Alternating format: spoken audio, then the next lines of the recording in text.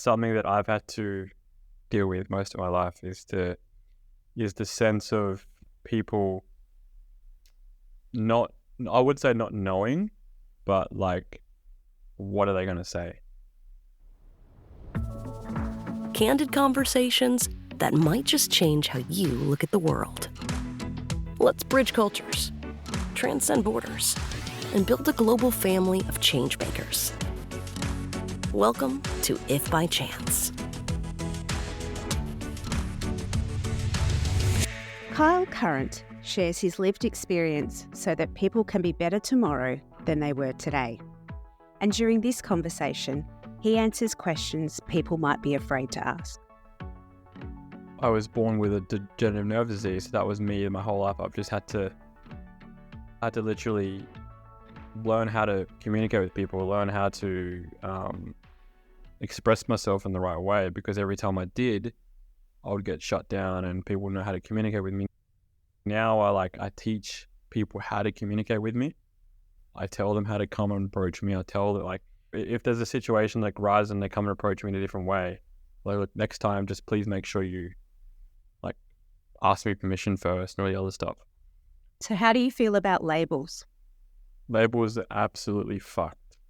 The amount of labels I've been called, the amount of labels people put on us, whether you're going through different challenges or different things in your life, no one should put a label on you based off whether you have a disability, based off whether you don't have a disability, based off what you're feeling, based off what your experience is. Labels are they're just a label. The moment you class it as what you are, then you become that label. When you can step away from it and know that it's just a word someone's addressing you with because they don't know how to address you with it, then you can really discern yourself from what the label is. For example, someone labeling someone as disabled is purely, it's wrong because they could have more ability than them. A disability isn't without a heightened ability. Just because they look different, they may say things different, they may express themselves differently, doesn't mean they should be labeled for it. They're just a normal human being that just has challenges. And do you see labels as being different to when we categorize people? So if we call someone an entrepreneur, for example, if we're looking at their vocation, or a middle-aged man, how do you see those things? Well, that's the first time I asked that question. I look at it because it's funny, because words are just words, and we associate the meaning to whatever we believe in. And those beliefs come from conditioning, societal stuff, whatever you've been taught as a child. And you've got to educate yourself, whatever that is, whether that's jumping on Google, whether that's asking someone, whether that's books, whether that's any personal development, is learn about it. Don't automatically assume the judgment purely based off how they look, what they look like.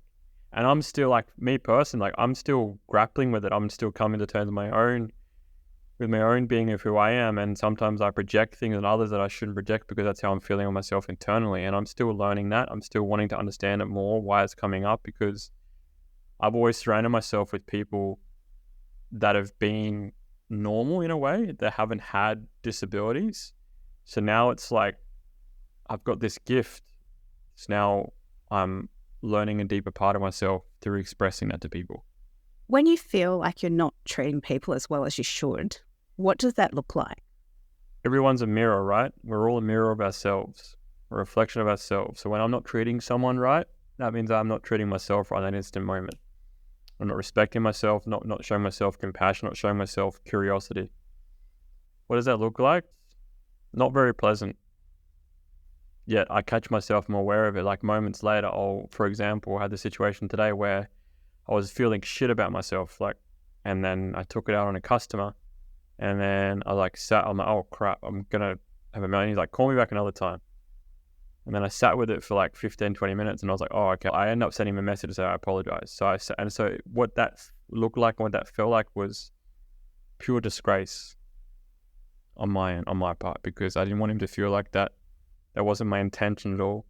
I was frustrated at myself, and I let it out on someone else, which I shouldn't have done. And I forgive myself for it, show myself compassion and love for it, and apologize. What's the worst thing someone said to you and the best thing? It's funny because they're both parallels with each other. So they have a balancing act. It's like someone says to me, "You're weird." And I'm like, "Yeah, I know I am. I'm proud of it." And the worst thing they can say is, "You're weird," because they may see something in you that triggers them.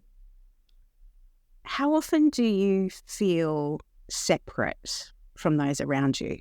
More than I should. I feel like I've had so many negative things said to me my whole life that it can take an effect when you get older. Yet it also can ripple that effect and make you a much better human being. I've learned to just deal with it and take it in, and now I've learned to know that that's on them, not on me. I used to take it very personally, and I sometimes still do. That's still something I'm learning about myself, is I take things personally. I know it's not meant to be personally, yet I have so much compassion for people and so much passion for life and business and everything else that it really just annoys me when people turn away opportunities that can help them be better. And what's your perception of diversity campaigns that you might have seen over the years? I feel like we talk a lot about inclusion. What does that look like from where you're sitting? We all come together and don't call it diversity, just call it, don't have to name anything.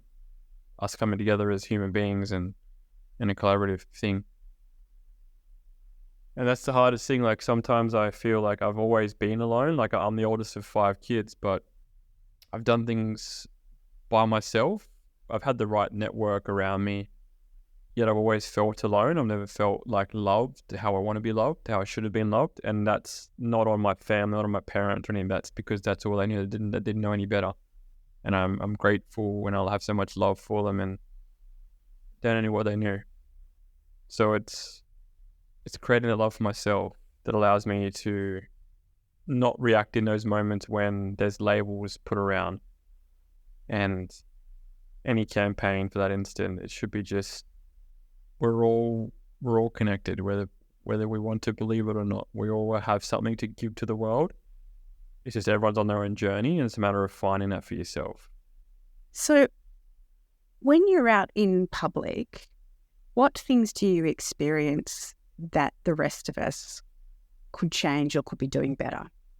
How you react to situations, how you react to the smallest things, and also what you appreciate in life. There's so many people in the world that complain about the smallest things. And I get it. I mean, I've been there before. I still catch myself sometimes. We all do.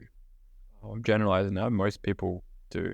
But the 2 biggest things are how you react to what someone says, what someone does, and also just complaining about the smallest things when there's so much more going on in the world than complaining about what to watch on TV, or this person cut me off in traffic lights, or where's the food in the cupboard. Like, it's just, there's so much else going on around the world that you can complain about. Where do you think that comes from when you see people acting like that? Comes from their belief, comes from the people they surround themselves with, comes from their conditioning, comes from the media, the news, because the media and the news is all fear-mongering. At the end of the day, like, they put us in this fear state, and that's how they keep us trapped in society norms, in the conditioning of who we are. And people always about negative news. You don't hear about the positive news. It's a whole compound effect of different things that plays out. And in most people, they're not aware until they become aware that they're doing it. And people don't take the responsibility to own up to what they're doing, or to actually know that what they're complaining about is the internal representation of how they're feeling about themselves. I'm always striving to be a better person than I was. I have the awareness and the respect on myself to stay present in where I'm at. And that's something I'm learning to do, and be present in where I'm at. So the strive is always going to be like, I desire for more in my life. I have high standards of myself. So I expect more from myself. And how do you structure your week? I plan my weeks on a calendar. My work is very good because it's allowed me to become disciplined, and I've done challenges through different books, and that's allowed me to become disciplined my routine, or rituals I like to call it. And it's just prioritizing that over anything else, and that's gonna allow me to fill my cup up first before I fill anyone else's cup. So can you tell me a couple of things that fill your cup up? I love to train in the morning, whether it's half an hour of exercise, movement in the body, something I never used to do many years ago. I go down the beach, I do breath work, meditation, read a book, whether it's over nighttime, just chill over nighttime, just enjoy the simple things, being in nature, connecting with people. When I choose to connect with them, I like to be my own little ball of energy. I like to be with myself a lot. And when I feel called to connect with people, I do. And I like to experience little simple things in life by having a morning coffee of a morning, and having the sun on my face of a morning, and just getting the sun and the water on me. Can you tell me a little bit more about your disability? So it's called Charcot-Marie-Tooth. So that's spelled CHARCOT -Murray MARIE -tooth TOOTH. It's a degenerative nerve disease that affects 2.6 million people globally. Now, this disease has 3 specific types, to which my diagnosis is not diagnosed. Symptoms of this disease are weakness of the muscles and nerves. Some people call it muscular dystrophy. It's a mixture of different disorders. It's named after the 3 founders of it. There's no known cure, except for like exercising and stretching is very important. Symptoms of it would be tremors in the body, weakness of muscles and nerves, lost sensations in muscles, like feelings of the feet and stuff.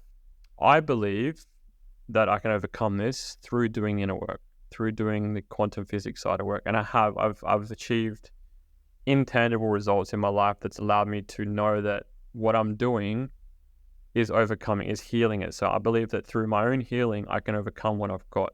And it's a degenerative nerve disease, so it's passed down from generations. We're all made up of a nervous system. That's what we are. We are human beings. We're made up of a nervous system. So I truly believe that we can overcome any obstacle we have in our life.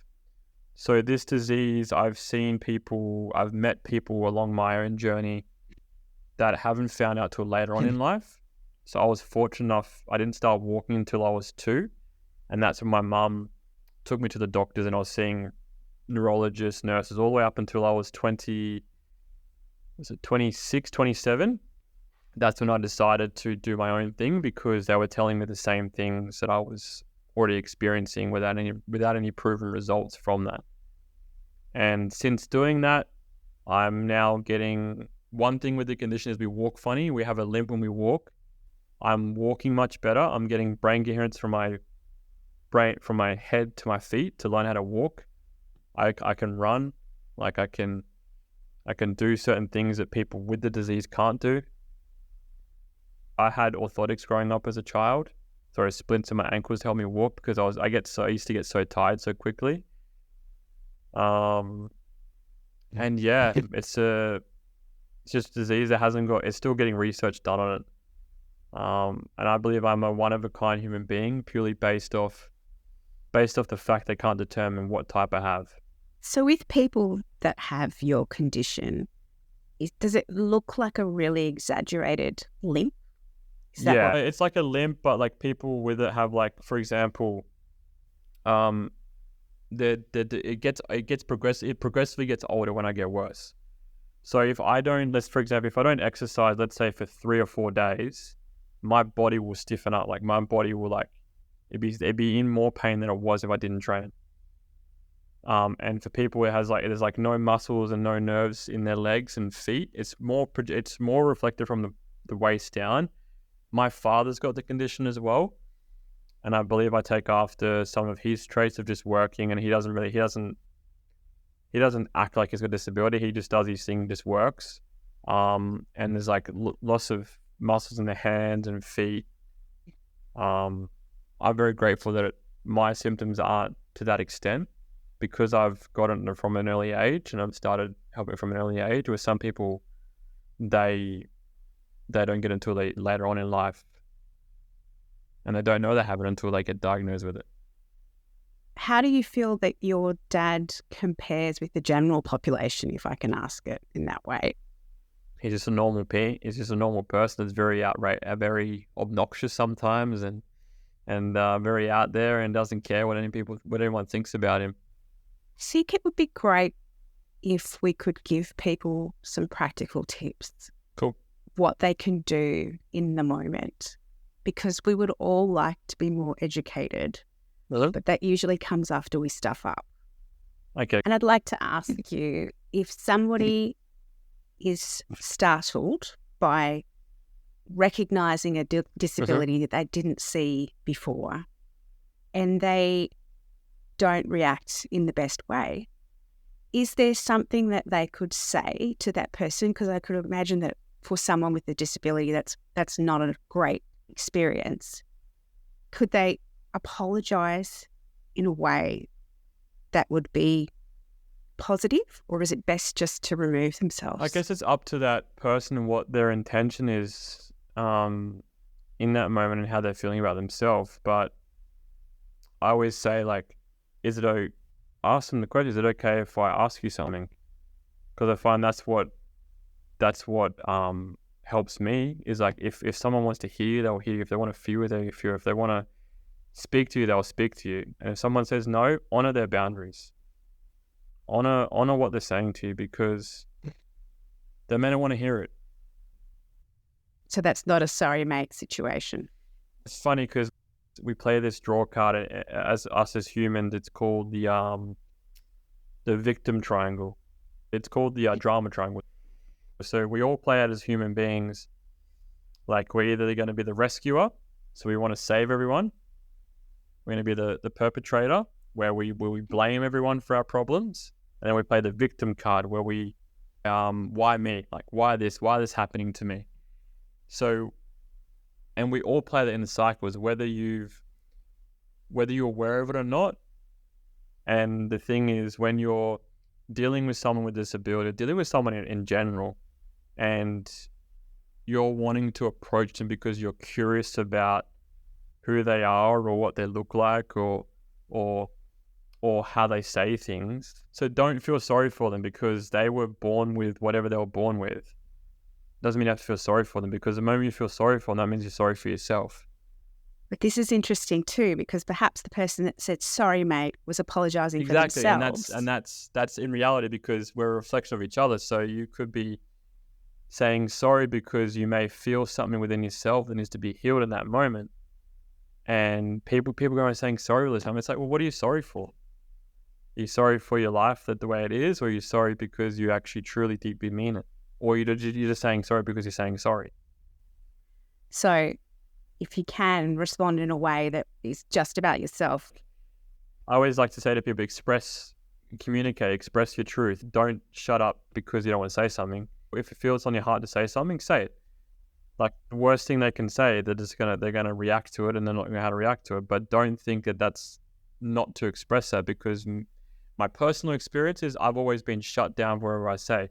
But I know that what I say now is just a representation of that person, it's a trigger for them to heal a wound in themselves. It's an interesting space, because people need to learn what to do, but often when you're learning, you're going to make mistakes. Exactly. We're always going to fail. Like, there's going to be more failures than success in life. And that's something I've learned myself the hard way, and I'm going through right now in my life. So it's just knowing that you've got to learn this stuff for yourself. And then once you can learn it for yourself, you can teach to others and educate others on it. Do you think people have gotten a bit precious in this space? There's a bit too much expectation. So if we talk about the fact that we're all going to stuff up, but we don't feel like it's okay. And if we don't stuff up, how on earth are we going to get better in terms of relating to people who are not like ourselves? At the end of the day, like, we're going to make mistakes. Everything that we do in our life is always happening in divine timing. You're on your journey where you are because that's where you are. You're not going to get to a point in life where everything becomes better unless you go through those lessons. They're not mistakes, they're lessons. They're not losses, they're learnings. They're not wins, it's part of life. Yeah. But I guess on the flip side, each person that we see with a disability shouldn't necessarily have the responsibility to be our teacher. Exactly. And that's a lesson in itself, right? It's like each person with disability doesn't have to be that person, but when you see that in that person, then sometimes that's what happens. You've got to experience it. Like, everyone's going through their own challenges. Everyone's going through their own things they're going through. We all go through it. People think they're alone, when in reality, everyone goes through it. Is there anything that we haven't talked about that you think we should have? No, I think this is a beautiful. I could talk about this for days, and I love it because it's like opens up a can of worms, and there's so much in this conversation. We could be here for hours, and especially with someone like yourself that is all for learning about different things. So it's beautiful. I think if people have questions and they want to understand these concepts, these values, what we've gone through on this podcast episode, then feel free to reach out to me. Like, that's I'm all for that, educating people. I mean, that's where my teaching thing comes into place, and I love teaching it. And at the same time, you've got to experience that stuff for yourself, though. You've got to go through those moments to understand the lessons in those moments. And unless you've done that, you're not going to get to where you want to go. And where you already are could be where you need to be. Kyal's story shows how important it is to connect authentically with people, not just those with disabilities. And to do that, we need to look behind the label and see each other as humans first. Now, dear listener, it's your turn. Have you got something to add to the conversation? Then get in touch via the links in the show notes. Whether you have questions, a message of support, or resources that you think might help, we'd love to hear from you. And if by chance you know someone with a story that will inspire others, be sure to let us know. Your contributions help turn inspiration into action, drive positive change, and make life just that little bit better. And if this conversation inspired you to expand your worldview, head to HelloHuman.global to join the conversation.